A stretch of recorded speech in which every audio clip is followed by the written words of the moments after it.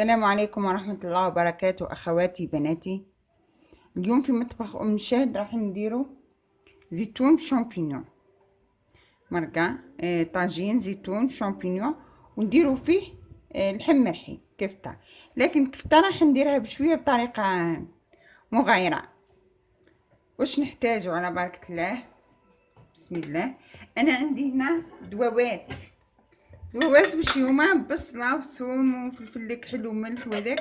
بديت نقلي فيهم وبعد شتيت ندير فيديو جبتهم. ولازم اي حاجه ديروها بلا لحم لازم دواواتها تقليوهم مليح كما قلت لكم. هنا في الطنجره تاعي ندي ثوم وبصله وملح فلفل كحل شويه تاع زبده وشويه تاع زيت وقليتهم. بديت نقلي فيهم، لكن دوك نزيد نعاود لهم تقليه مليح لانه حاجه اللحم ما تليق تقلى مليح. عندنا زيتون، انا جبت الزيتون هذا مقطع شرائح. عندنا شامبينيون، بما انه الزيتون مقطع شرائح الشامبينيون جبته مقطع شرائح. عندي كميه من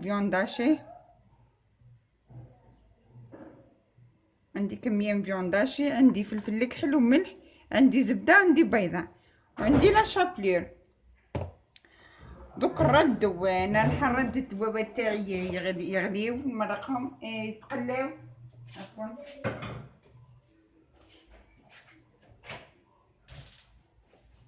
انا رديت الدوابات تاعي يتقلاو ونمرقهم، من بعد نلوح لهم المعدنوس. هنا المعدنوس نديرو في بورطمونجي هكا. ونوليو لهنا نخدمو اللحم تاعنا. ما نحتاجو فيه لا دبشه لا معدنوس لا حتى اي حاجه، ملح وفلفل كحل وشويه زبده لا غير. هكذا نجيبو الملح،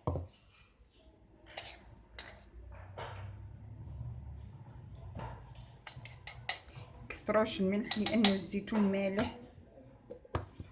لا انني درته خليته في الماء، درت الماء وغيرت عليه الماء عدة مرات.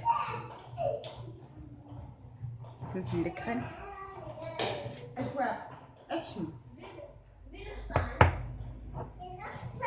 هكذا نديروا له قطعه زبده علاه باه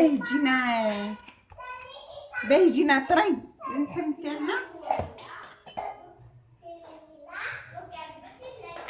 اللحم تاعنا. كي نديروه في الطري في الزبده يجينا طري.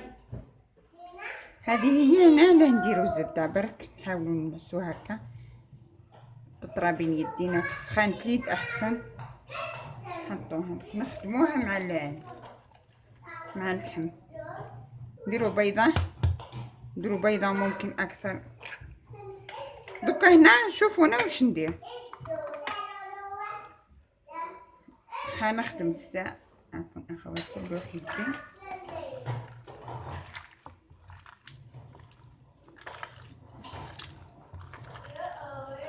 وحاولوا تخدموا الزبده ديك مع اللحم تتجانس جيدا.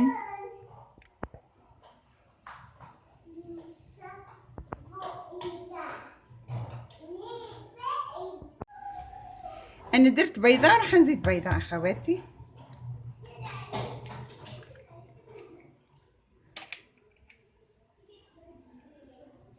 انا راهي طاحت لي نظن قشره تاع بيض، لا خاطر هي زبده. عفوا هكا كيما قلت لكم حاولوا تذوبوا هذيك الزبده توصل اللحم الكل. وهنا نشوفوا طريقه. هذا اللحم انا راح درت له البيض هكا وجاري خلاص ماهيش هذه الكفته هكا. راح نلوح له لا شابلير بالطريقه هذه تزكي لكم اللحم تاعكم يجي زاكي، ولو قليل راح يعطيكم كميه ما شاء الله بزاف، ويجي ثاني خفيف. على هذيك انا نشتي ندير فيونداشي مع هذا لا شابلير. في وصفات برك ماشي وصفات كل ندير انا لا شابلير في الفيونداشي، لكن كاينين وصفات اللي نشتي ندير هكا فيونداشي مع لا شابلير. نخدموها هاك مليح. كل ما تخدموا لا شابلير هذيك تاعنا ناشفه راح تزيد تشرب من البيضه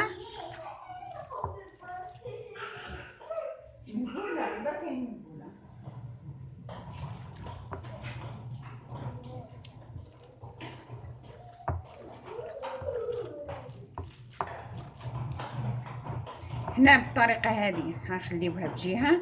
انا نحي منها الزيتون تاعي وهذو كان تركين عمل فيهم.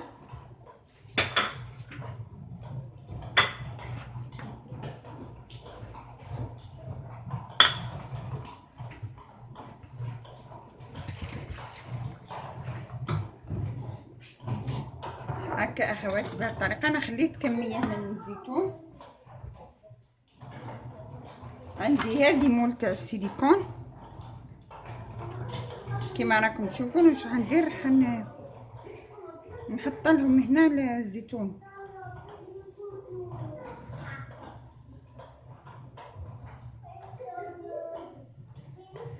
ممكن 4 ولا 5 هادو. الا كان عندكم بنات هكا صغار ولا تقدروا تمدوا لهم، تقولوا لهم هيا يعاونونا في المطبخ. الطفله كي تعود صغيره يعجبها الحال كي تدخل مع امها الكوزينه.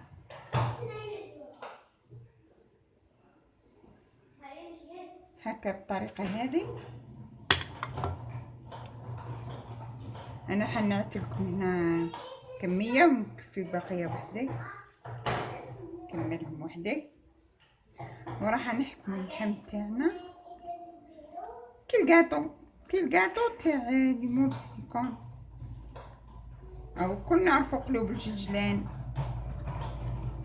عندهم مده هما كاينين هكا. من بعد كي نقلبوها راح تجي الكفته هذيك بشكل قلب ولاصقين فيه، لاصق فيه الزيتون. بما انه لاصوص فيها الزيتون ثاني راح تعطينا حاجه مليحه.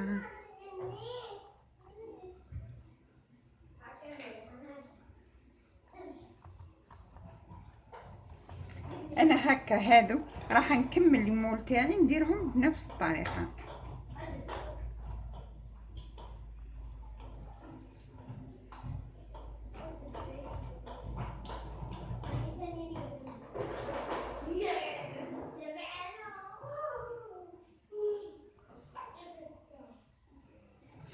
كم تلاحظوا اخواتي انا الكفته تاعي ما درت فيها لا بصله لا دبشه لا معدنوس لا والو. خليت ذوق اللحم كيما راه. ذوق اللحم يجي معاه ذوق الزيتون لا غير. انا راح نكمل ونرجع معكم باذن الله نشوف واش نديرو. هاي اخواتي انا عندي المقله تاعي درت فيها الزبده هاي دابت. هنا رايحين نديرو نشوفو.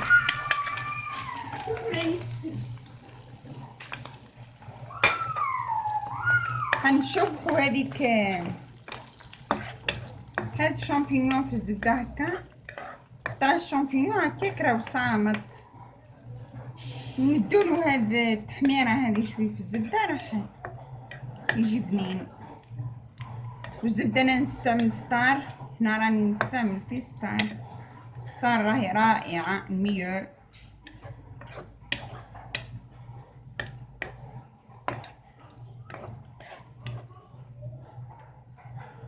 هكا راح نخليوه يتحمر ونحيوه. وانا من الجهه الاخرى راني عندي من هنا راني عندي ها هي قدره تاعي رميت فيها الزيتون ومتقلاو شويه دي متقليه هذيك تاع البصله والثوم والدواوات ودوك نمرقهم.